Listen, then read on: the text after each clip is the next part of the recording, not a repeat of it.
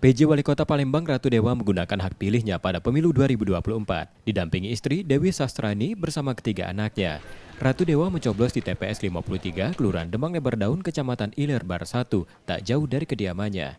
Tiba di meja pendaftaran dan menerima surat suara, ia bersama keluarga menuju bilik suara untuk melakukan pencoblosan. Memasukkan surat suara ke dalam kotak suara berdasarkan jenis surat suara. PJ Wali Kota Palembang mengungkapkan pemilu adalah momen penting untuk memilih pemimpin dan wakil rakyat. Ia berharap masyarakat untuk berpartisipasi menggunakan hak suaranya serta tidak golput.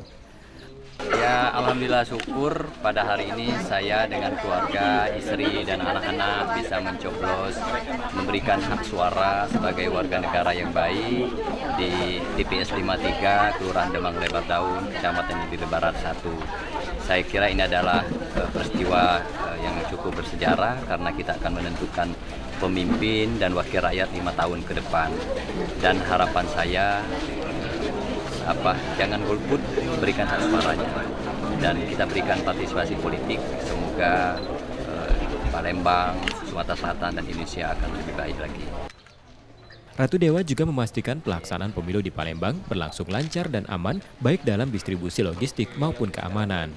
Sebelumnya, pihaknya bersama Forkopimda telah meninjau TPS yang rawan banjir dan di perbatasan. Dirinya berharap pemilu dapat berjalan dengan tertib dan aman.